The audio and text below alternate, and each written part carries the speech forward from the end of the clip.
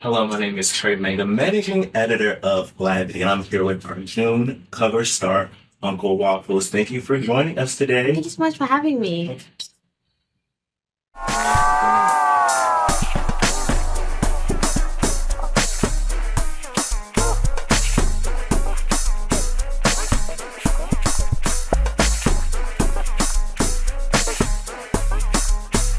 I want to do a pronunciation check because I know I have said Amapiano, I have said Ampiano, and I think our readers and our viewers would love to know, are they pronouncing it right? What's the correct way?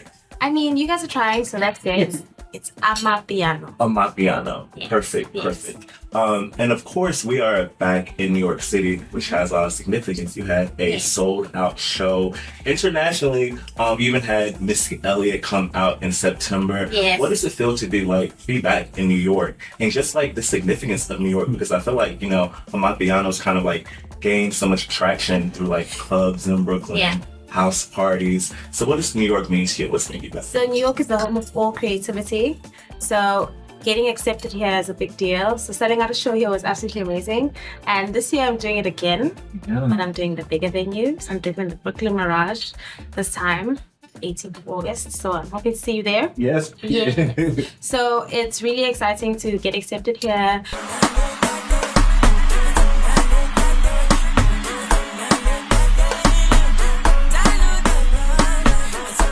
Getting spaces like this in New York, yeah, it's absolutely amazing. And I feel like you have this vibe of being such an international star, and bringing this like global atmosphere to not only America but worldwide. How does that match with your brand as Uncle Waffles of being like this wide-reaching, powerhouse? So I feel like it helps me become international. So who I am, how I dress, how I perform has really helped me reach this audience, It's really helped me get people to really want to invest more into piano. So because there's a language barrier, there's so many barriers to piano. When people see you and they're attracted to you, they want to understand the sound, they want to learn the sound. So I feel like being me has helped me reach a big audience. Yes. And I want to get into your background because I remember reading that you worked at a broadcast company before. I read that you even studied business management. Yeah. So how do you think that kind of set up your trajectory to be where you are today? Even though they're kind of adjacent industries, but I feel like kind of laid the building blocks for your music career. So I feel like understanding business made me realize that at the very beginning of your brand, when I blew up, the best thing I had to do was invest in my brand. It's about reinvesting in your brand and keep being seen. So the first 2 months of my blow up, we did 100 shows.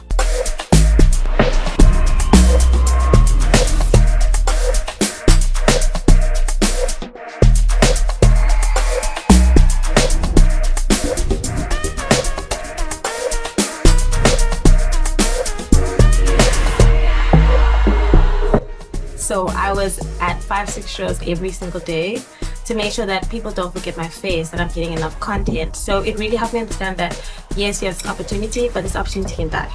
How do you make sure that in the next 2 years you're not that girl that one time and forgot her? So yeah, it really did help me figure out that, okay, this is what I'm supposed to do. This is about investment. It's not about making money right now. It's about reinvesting, which is what we're all kind of doing right now in the piano space, is investing in going to bigger spaces to make sure that the brand is out there, your face is out there, and the music's out there. Yeah. And I think that you've had such a rise within just a relatively few years, due to some great cosigns from like Drake to Beyonce, like everyone in between.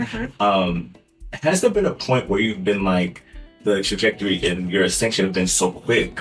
And a lot of times people are like, okay, viral success, maybe that can like last 1 month. Yeah. How do you keep yourself grounded and look at the next step, but also like being appreciative of the moment at hand too? So imposter syndrome was a big thing in the very beginning. I felt like everything was happening to someone that I was watching. It didn't feel like it was happening to me. All these people reaching out to me, congratulating me, all the people you've idolized, suddenly knowing who you are, it feels like, oh, what? Is this real? So yeah, initially I did struggle with it, and then I realized that it is happening to me. It's okay that it's happening to me, because that's another thing you struggle with, is that why me? As much as we all want it to happen, when it actually happens, there's a bit of why me? is there a catch to this? You know, am I gonna wake up? Yeah. So getting all the cosigns was very. You know, having Beyonce play my song on her tour. I remember when people tagged me at first, I was like, what's going on? Edit, guys, please don't do this. And then more videos came out. They're like, she sampled you. I was like, Beyonce, don't want to have a song for you. So yeah, it was hard, but now I feel like I'm more accepting of what's happened to me. I'm grateful. I live in so much grace and I need to embrace the grace. You know, the grace didn't find me by mistake. I don't need to explain to anyone where I found me because only me and God know what happened, you know? So yeah, now I'm in a better place of like, this happened to me, it's okay, and greater things need to happen. Absolutely. That's a word too, you know. Yeah. What's for you is for you. Yes. And recently, in the past few years, you know, I feel like beforehand, people may not have looked at DJs as artists, but now DJs are headlining sets. DJs are having their own concerts, you know. They are, you know, artists, not just a singer or a rapper. What do you think of this recent, you know, surgence of DJs being treated as artists, just like any other type of performer? I love it.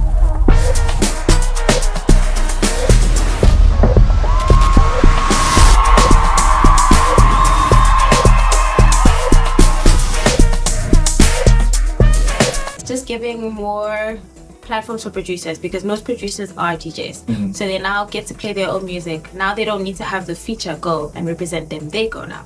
And also, I feel like DJs have always been important.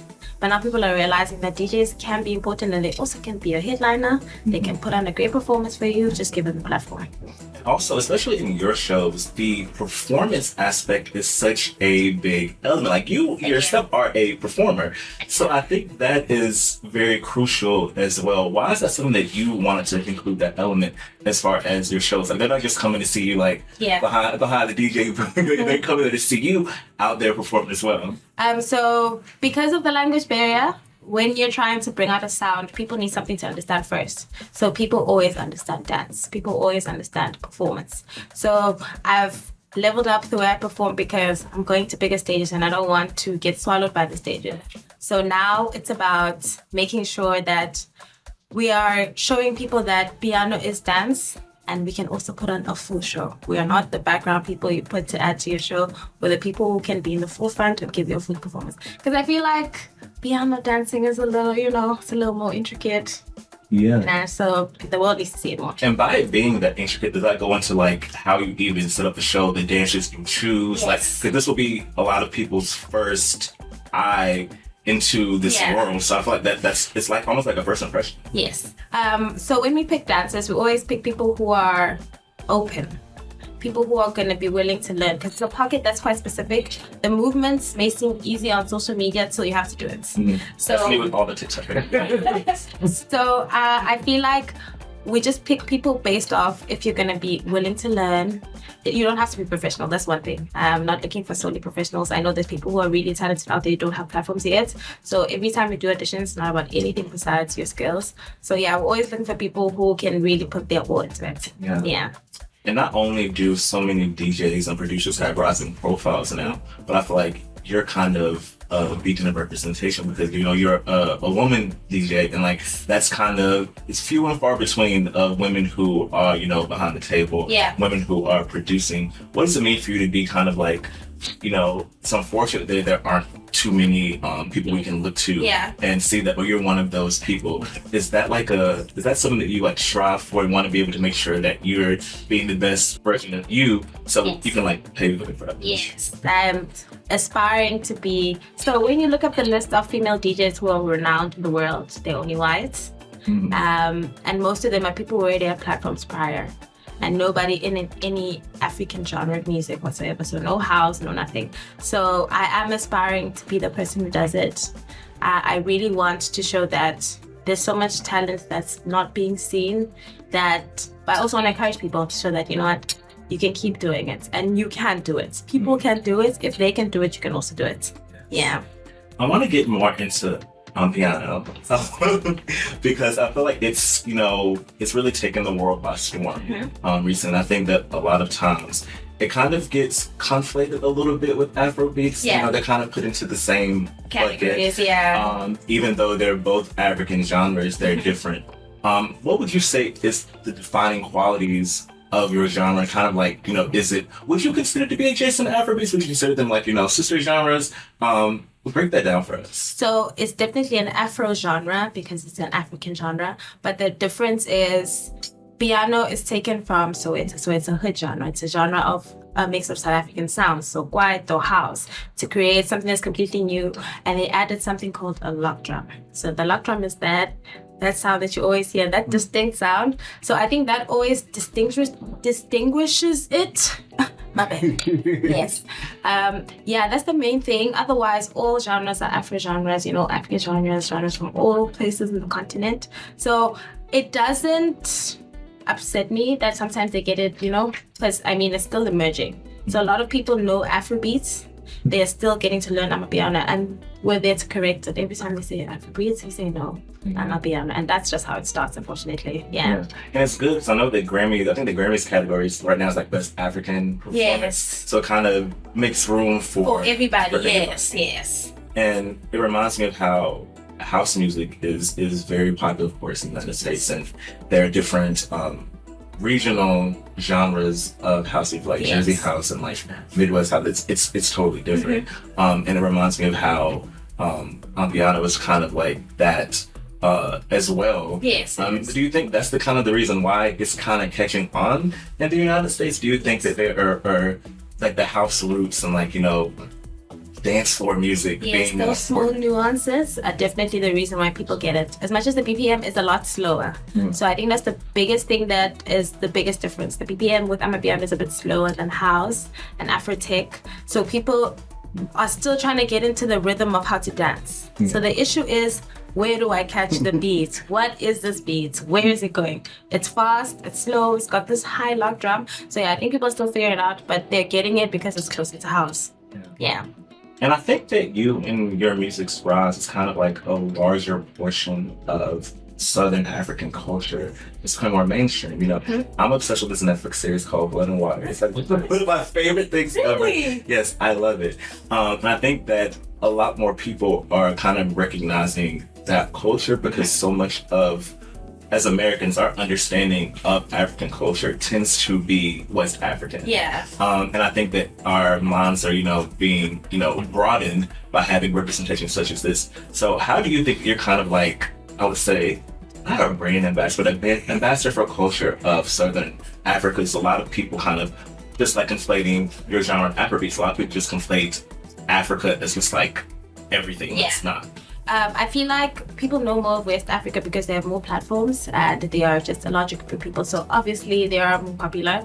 But I think there's a lot of artists who are emerging in the southern parts of Africa who are really showing that Africa as a continent is very versatile. There's all types of people, all walks of life, you know. So I feel like I am helping by showing people that we exist differently. We all love each other, but we exist differently. The music, the language, how we speak, all those things are completely different. And also how we dance. As much as everything is similar, it's not the same. I think the main thing we're showing is that we all exist together, we love each other, but we're all different. And that's also completely okay. Yeah.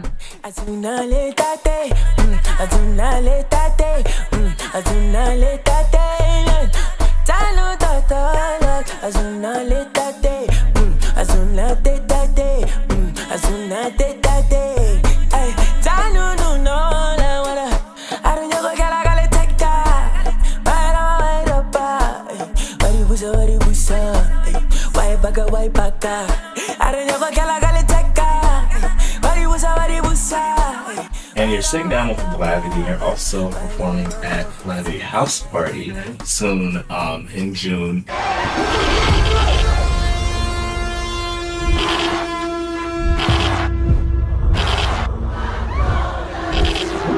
And Tennessee, you know, you think about the hubs for the genre. You know, typically you think of your bigger cities, but you know, I think that the South, especially with house music too, is very important. So what are you excited the most about Blavity House Party and performing? A new place. I'm always excited to see how people will receive the sound in a new place, because that's how you test how far the sound is going. Mm-hmm. You always test by what music they know. So I'm always excited to see how accepting, how well the show is going to do, and how many people are going to be experiencing it for the first time and how they're going to feel.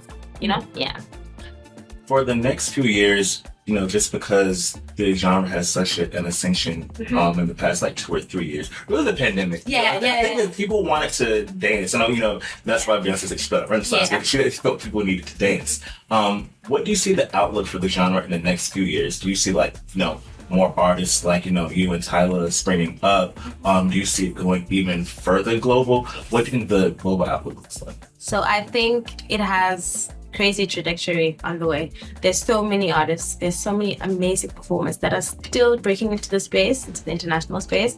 So I definitely see a huge growth. I see a lot more international acts jumping on it, because I think more collaboration allows the sound to grow. So I see more international acts jumping on it and merging well with it, because I think that's also another thing, is that people can jump on the sound and the songs don't do well. We need the songs to start doing well so the world can see us more. So yeah, I definitely see a big jump with artists. You guys are going to see more performers, because right now you guys are seeing DJs, but there's a lot of performers that are really, really good that are making their way into the space. And we talked about the genre as a whole, but what do you think you personally and professionally see yourself within those years as well? I see a little Grammy along the way somewhere. I see a lot more headline shows. I see going to all these big festivals for DJs. There's a lot of defining spaces for DJs. I see more piano in Ibiza, because that is the home for DJs. So that is what I see for myself in the next couple of years. Maybe a documentary, something great. Yeah. A good inside documentary. Something deep to know my story, because people feel like they don't know me, also because I don't say anything. I prefer not to. So yeah, hopefully in the next couple of years I'm gonna show people a little more of me.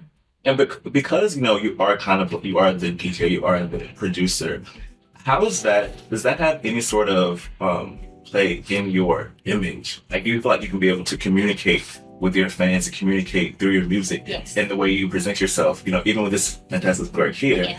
Is that a way that you kind of use that to communicate to audience? Yes, as well? I always want to create music that will give you the experience of my performance. So I always want you to listen and remember that, when she performs this song, it's going to be so good. I know, I'm going to go see her because I know it's going to be so good. That's the type of experience I always want to give the people who listen to my music. So I always try to make sure that we're on the same vibe. So you're already prepped. When you're home listening, you're like, I know she's going to break it down. I know she's going to do this. Yeah. It's already, I'm going to the show, but I already have an idea for the show. And you have so many wide-ranging cosigns, but who's on your dream collaboration list? Wow. Do you have maybe an hour? I have so many. I have some people who I think would work so well on piano because of how they work well in other genres. So, Miss Beyonce, of course. Rihanna, SZA, Joey Badass, A$AP Ferg, A$AP Rocky, Sir. I think Sir would sound so good. Wait, I forget anyone. Skepta. Skepta would sound great. Georgia would sound great. Wow, the list is actually endless. There's so many people. Aria. Everyone sounds so good. Burna, Wizkid. You're the list goes on. If I could send them all email, here's a song. Sure. Yeah. Absolutely. Thank you so much for chatting with us. We're so excited for you to be on the cover of Blavity for sure. Thanks for having me.